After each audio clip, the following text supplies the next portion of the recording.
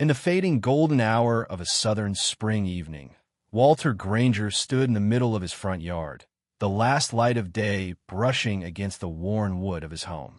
The only sound was the whisper of wind through the sycamore leaves. His rough, calloused hands, shaped by decades of bridge work and barn repairs, trembled slightly as he unfolded the thick envelope that had arrived that morning. It was official. His fears, the ones he'd been trying to bury under soil and sawdust, had solidified. The envelope contained a letter from the Crestwood Lakes Homeowners Association. It was signed by their president, Vivian Langford, a woman who had made it her mission for months to poke, prod, and impose her authority on Walter's life. Violation of neighborhood standards. That phrase alone made his jaw tighten. A $50,000 fine. For what? Not repainting the wooden fence his father had built over half a century ago. That fence had weathered hurricanes, floods, and generations. It had stood sentinel over their family history. And now it was deemed an eyesore. Worse yet, the HOA was threatening foreclosure if he didn't pay within 30 days. Walter's fists clenched, crumpling the paper. That fence had been carved by his father's hands during a time when life was about survival and neighbor meant friend, not someone filing complaints. For years, Walter had brushed off the petty grumblings from the HOA. Overgrown grass, an old mailbox, his barn. But this was no longer a nuisance. It was an assault. A widower on a fixed income since his wife, Elaine, passed away 2 years ago. Walter didn't have $50,000 lying around. But it wasn't just the money. It was the gall of Vivian Langford and her band of clipboard-wielding zealots that stung the most. They saw him as a relic, a tired old man who wouldn't fight back. They assumed he'd bow, break, and fade away. They were wrong. Walter Granger held the deed to the only access road leading into Crestwood Lakes. For years, the HOA built and expanded, taking for granted that the road was theirs. But it wasn't. Walter's father had retained ownership when he sold the rest of their farmland in 1975. A narrow, 1.2-mile gravel stretch, now paved but legally unchanged, was private property, open for community use out of generosity. Until now, as twilight spilled over his property, Walter tossed the crumpled letter into the trash. He walked with quiet purpose to his tool shed, the one he'd built himself, and pulled open the doors. Wrenches, wire cutters, survey maps. It was time to remind Crestwood who held the real power. He wasn't always just a farmer. Walter had spent 30 years as a civil engineer designing state infrastructure, bridges that withstood time and turmoil.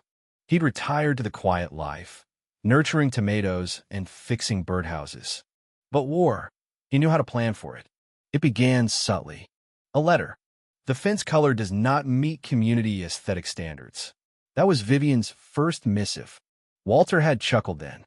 Who was she to judge a fence older than her neighborhood? But the letters kept coming. $200 for uncut grass. $500 for a mailbox, out of uniform. $1,000 for a branch hanging too low. Control. That's what it was about. Not order or beauty. Vivian Langford, a retired real estate agent with a talent for tyranny, didn't want a neighborhood. She wanted a fiefdom. And Walter was her last unruly subject. But he never signed up for this HOA. His land predated its creation. Legally, he was outside its grasp. That didn't stop them from trying. This $50,000 threat, though, it was too much. Walter paced his porch that evening, murmuring to himself, "They think I'm a pushover. They got no clue." In a file cabinet older than some of the HOA board members, Walter retrieved the original road deed. Yellowed but clear, the road was his. Open at owner discretion. With trembling but determined hands, he dialed Marcus Hale, a former student-turned-attorney. Over mugs of strong coffee, Walter explained everything. Marcus leaned back, grinning. "They've been using your road without a legal agreement for decades. They're in for one hell of a surprise." And so began Walter's quiet war.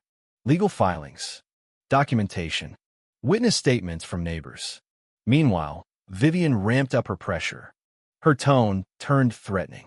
Enforcement officers, 2 men in black polos with HOA logos, arrived uninvited.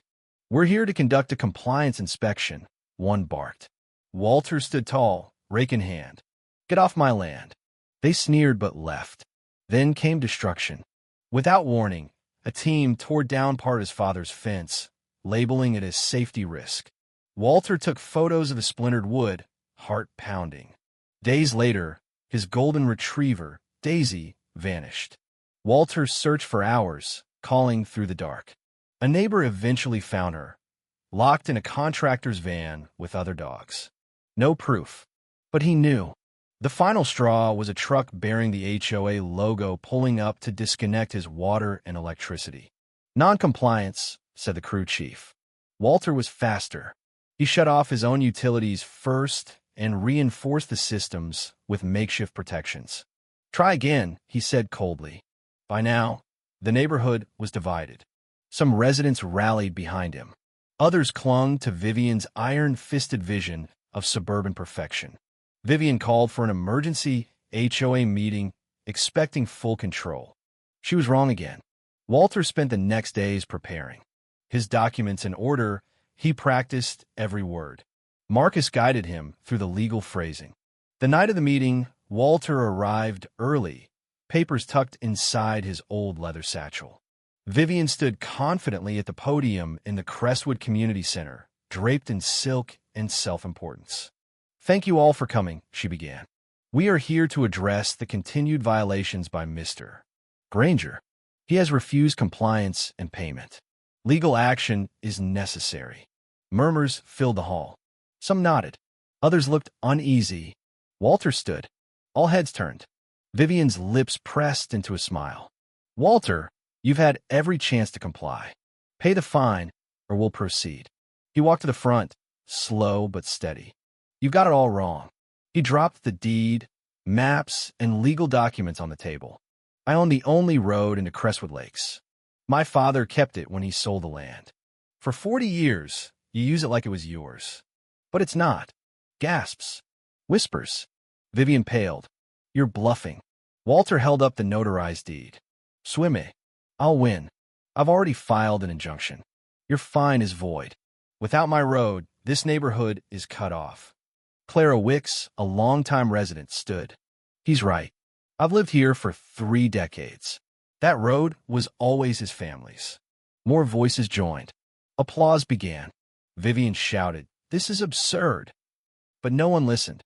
The meeting disbanded in chaos. The next morning, Walter planted a large sign at the road's entrance. "Private property. Road access suspended. Contact W. Granger." Cars backed up. Buses stalled. Delivery trucks honked. Chaos. Vivian called, her voice thin. "Can we talk?" "Through my lawyer." A week later, court-ordered mediation took place. Walter's terms. Fina dismissed. Public apology from Vivian. Her resignation. Pla dison ven. Resident-led, council formed. Road lease at $1 per year. Vivian fought, but the residents turned against her.